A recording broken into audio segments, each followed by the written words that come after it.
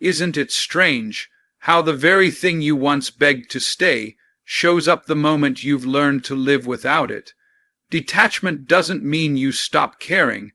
It doesn't mean your heart turns cold or that you suddenly erase all the memories you once held close. Detachment means you stop tying your identity to another person's presence. You stop allowing someone else to decide whether your day will be filled with light or drowned in shadows.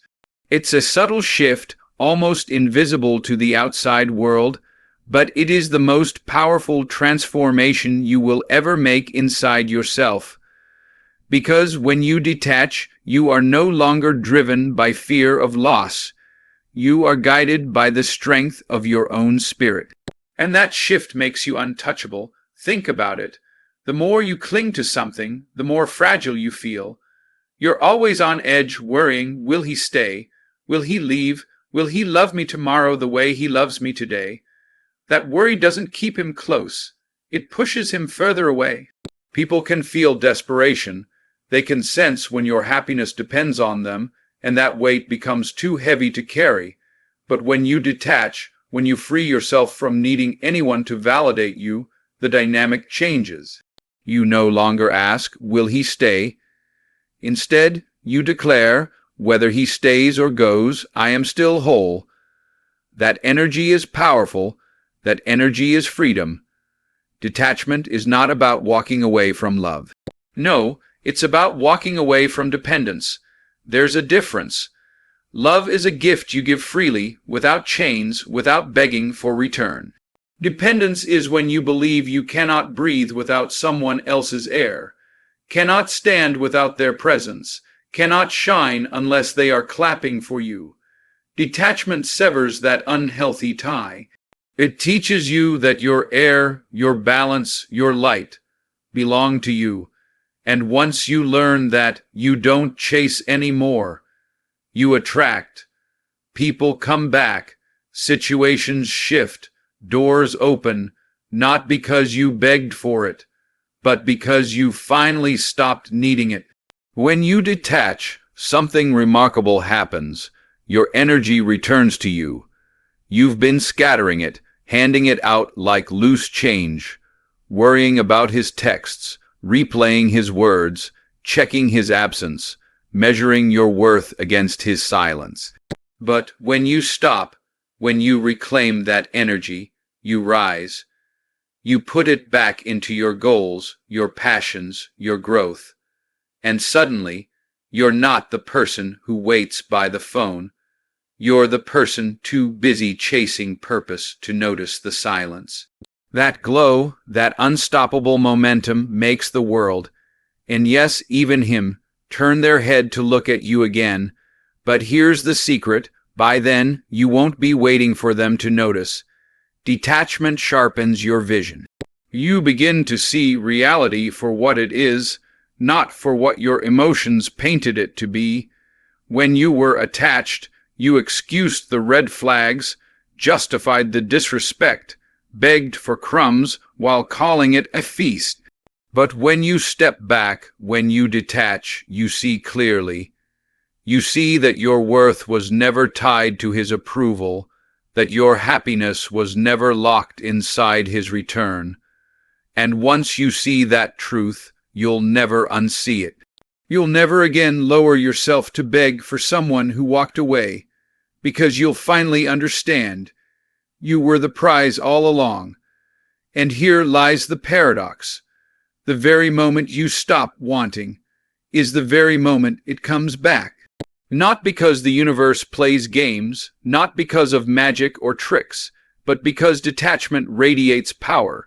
It says, I am enough. With you or without you, I am whole. That kind of strength is magnetic. That kind of confidence draws people back, draws opportunities closer, draws respect from every direction. But the real beauty is this: you no longer need it to. You are no longer waiting on a return.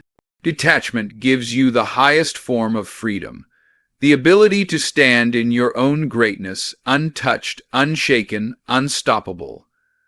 Desire is a strange force. The more we want something, the more it slips away from us. Think about the times in your life when you held on too tightly, whether it was to a person, a job, or even a dream. The harder you tried to grasp it, the faster it seemed to fade. That's the paradox of desire. The energy of desperation repels the very thing you're reaching for. It doesn't matter if it's love or success. The principle is the same. When you chase with fear, when you cling with need, you create resistance. You push away what you want most because your energy screams, "Without this, I am nothing." Now let's talk about relationships. The harder you want him, the more he feels the weight of that desire. It's not love that drives him away, it's pressure. Love is free, love breathes, love allows space, but desire mixed with fear, that suffocates. When you say, "I can't live without him," you're not expressing love. You're expressing dependence, and dependence is heavy. Nobody wants to carry someone else's entire sense of worth on their shoulders. That's why people run, not because they don't care, but because the energy of desperate desire is exhausting. But here's the shift. The moment you release that grip, the moment you stop needing him to complete you, everything changes. Your energy transforms from "I must have this to survive" into "I am already enough." And suddenly the dynamic flips. He feels the lightness again. He feels the space to choose instead of the pressure to stay. That's when attraction happens, not when you're begging, not when you're pleading, but when you are whole within yourself. That's the law of desire. It works in reverse. When you no longer need, you attract. This principle doesn't just apply to love. It applies to every dream in your life.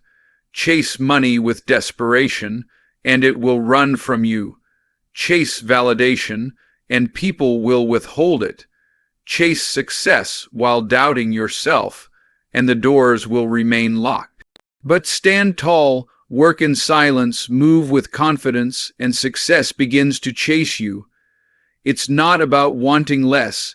It's about detaching from the fear of not having it. Desire without desperation is powerful. It fuels you. But desire chained to fear destroys you, and this is where most people get stuck. They confuse wanting with needing. Wanting is healthy. It inspires action. It pushes you to grow. It moves you forward. Needing, however, is weakness. Needing says, "If I don't have this person, I am broken." Needing says, "If this doesn't work out, my life is meaningless." That's the energy that keeps doors shut. But when you cross that invisible line, when you stop needing and start simply desiring from a place of fullness, you unlock life's flow. Opportunities come, people return, blessings multiply, not because you forced them, but because you let go. So understand this truth. The law of desire is not about chasing harder. It's about standing still in strength. The more you release, the more you attract. The less you cling, the more life gives. And in relationships, the moment you stop saying, "I need him," and start saying, "I choose myself," he feels it, he sees it, he is drawn to it, because nothing is more magnetic than someone who desires from abundance, not from emptiness. That's the law, that's the secret. The moment you no longer need it, that's when it comes back to you. There is a power in silence that no argument, no explanation, and no begging can ever match. Words often fall flat because they are cheap when backed by desperation. You can scream your worth 1,000 times.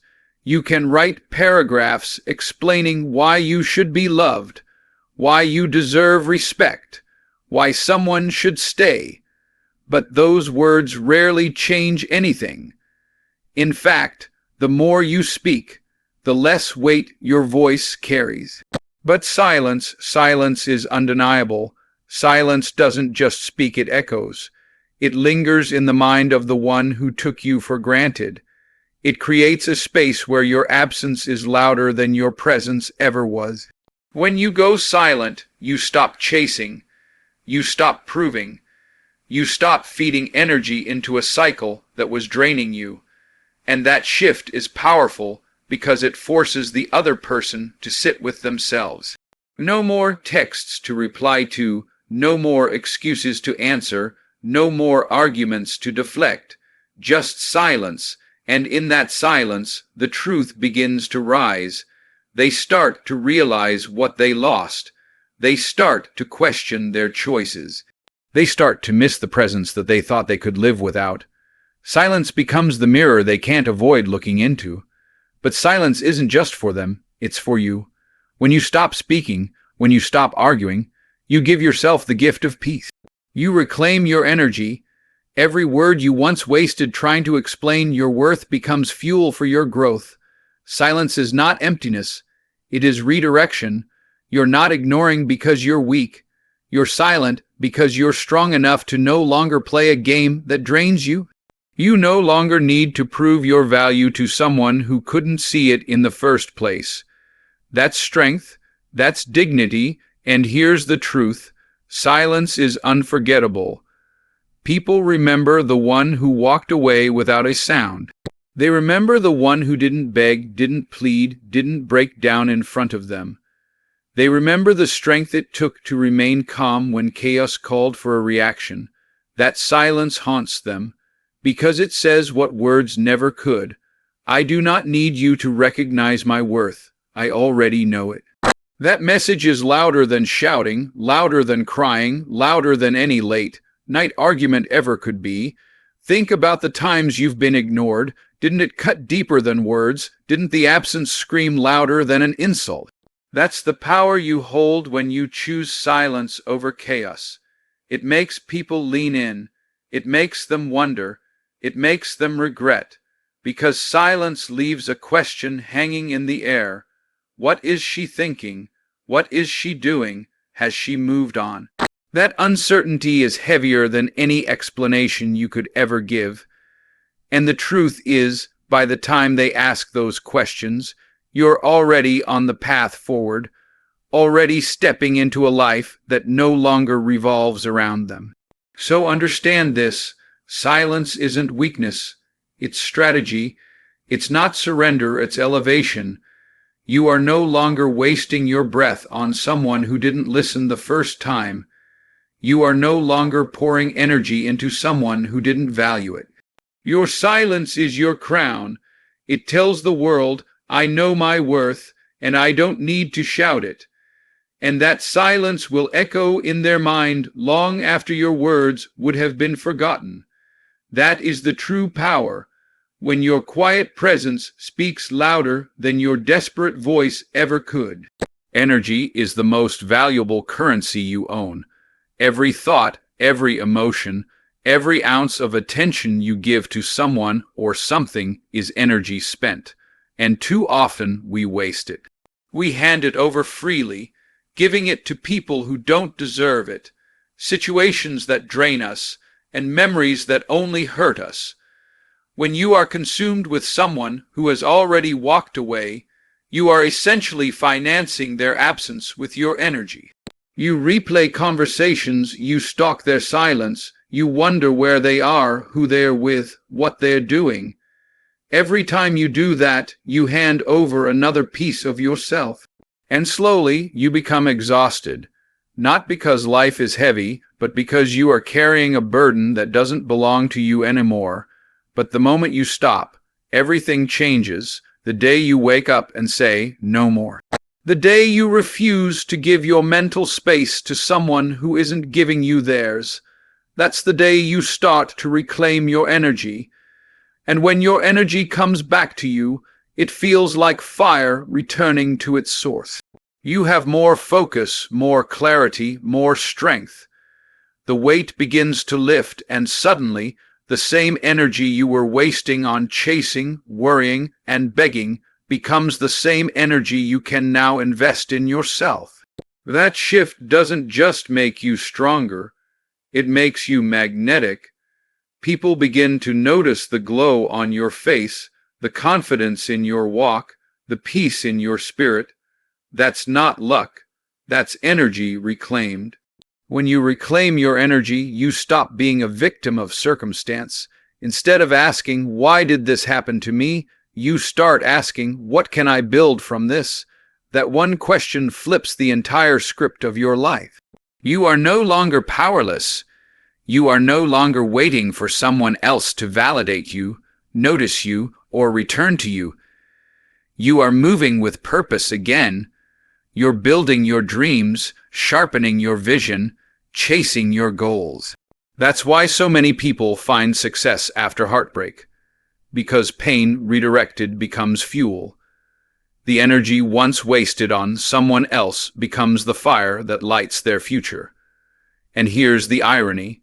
The very moment you reclaim your energy is usually the exact moment they start to feel the loss.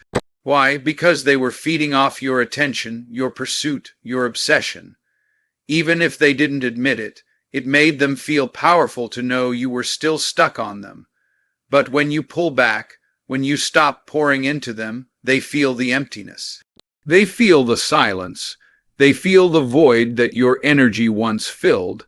And that's when the phone starts ringing again. That's when the messages start appearing.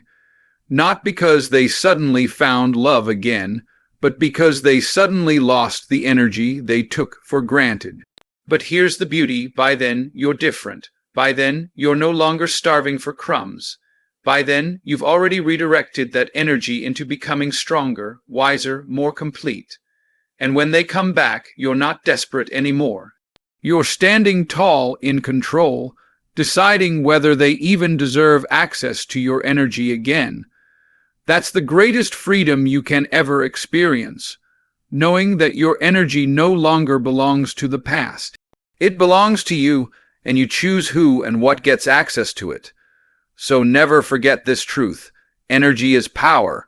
Where you put it grows. If you put it into pain, pain multiplies. If you put it into chasing, chasing consumes you. But if you put it into yourself, your healing, your growth, your future, that energy builds a life so powerful, so undeniable, that nothing from your past can compete with it. Reclaim your energy, because once you do, you'll never again beg someone else to complete you. You'll realize you were complete the whole time. You just forgot where you were spending your power. So many people make the mistake of believing that when he comes back, it means victory. They think his return is proof of love, proof of destiny, proof that it was always meant to be. But let's pause for a moment. A return is not always a reward. Sometimes a return is simply a test. Sometimes it's life asking you, did you learn your lesson, or will you repeat the same cycle again?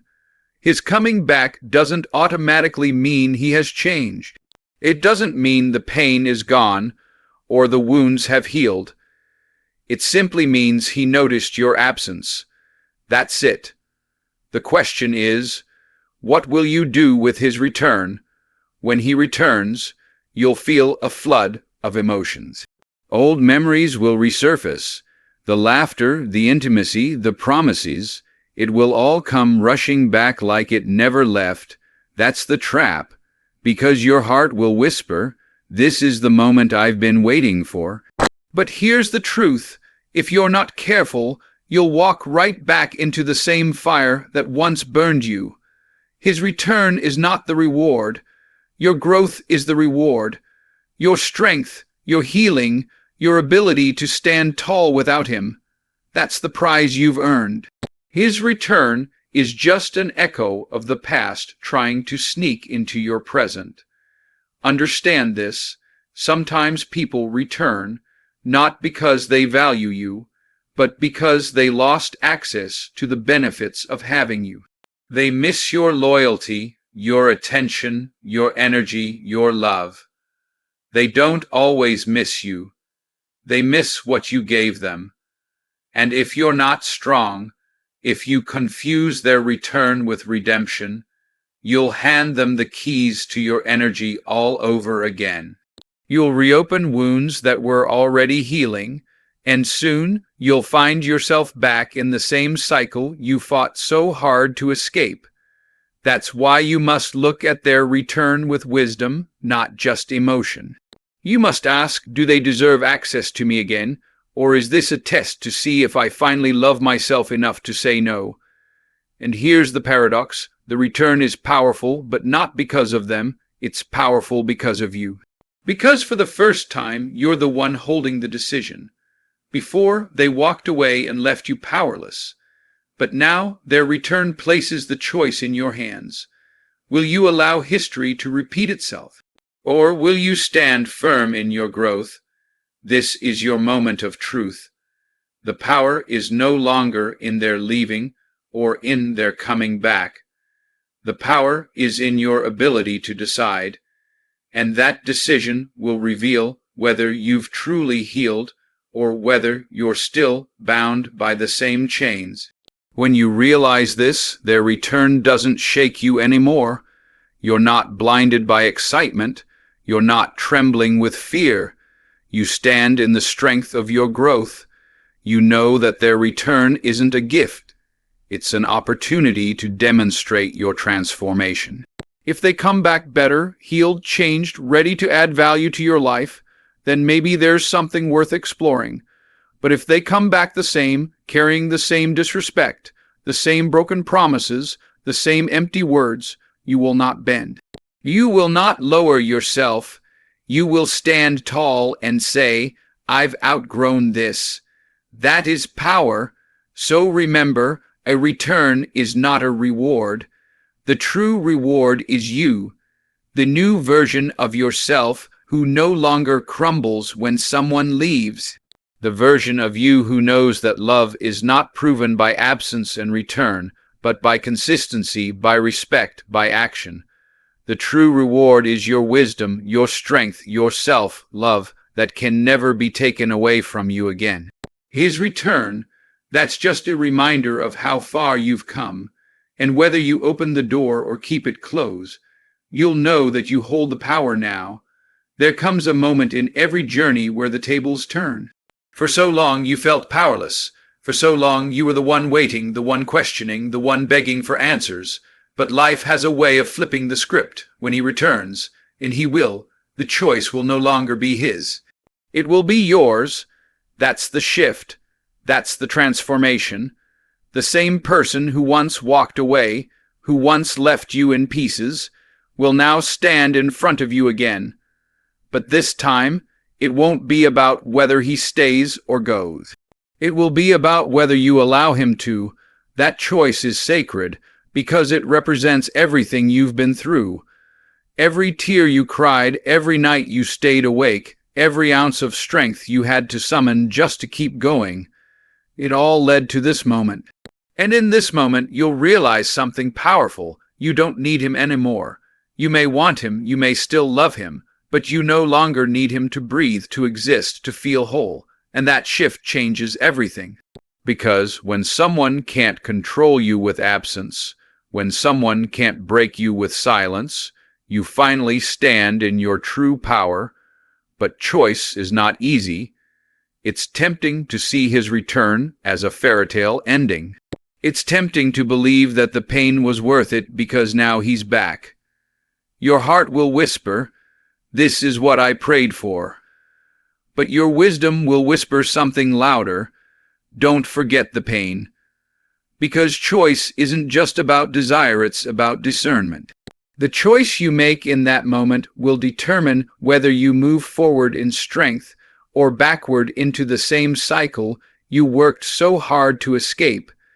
This is not just about whether he loves you, it's about whether you love yourself enough to choose what serves you best. And here's the truth. Sometimes the most powerful choice is to say no, to close the door with grace, not anger, to walk away with peace, not bitterness. Because saying no doesn't mean you're weak. It means you're strong enough to protect your growth. It means you refuse to trade your peace for temporary comfort. It means you've learned that love without respect is not love at all. And when you say no from a place of strength, You're not just rejecting him. You're affirming yourself. You're declaring to the world, I will never again settle for less than I deserve. But sometimes the choice may be yes, not out of desperation, not out of fear, but out of clarity.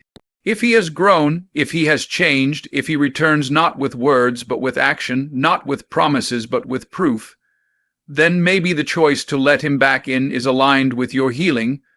But this time the choice will be yours, not because you're afraid to lose him, but because you are confident enough to choose what adds value to your life. That's the difference. The choice isn't about him, it's about you. It's about the life you want to build, the peace you want to protect, the love you're willing to accept. So understand this, the power is no longer in his hands. It doesn't matter why he left, it doesn't matter how long he stayed gone, it doesn't even matter what excuses he brings when he returns. What matters is you, your growth, your healing, your boundaries. When he returns, the choice will be yours, and that is the greatest victory of all, because once upon a time you thought you couldn't live without him, but now you know you can, and when you know that truth, no one, not even the one you once cried for, can ever control you again. So remember this, he may return, he may come back to the very place he once abandoned, but his return is not the story is you. The story is how you grew in his absence, how you reclaimed your strength, how you discovered your worth when no one else could see it. The story is not that he came back, it's that you no longer need him to. And when you stand in that truth, when you finally understand that your value is not measured by who stays or who leaves, you will see the power you've had all along. So if he returns, let it be proof of what detachment, silence, energy, and self-love can create. But never forget, the prize is not his return, the prize is you. And when the moment comes, the choice will be yours, not his, yours. And that, my friend, is what true power looks like.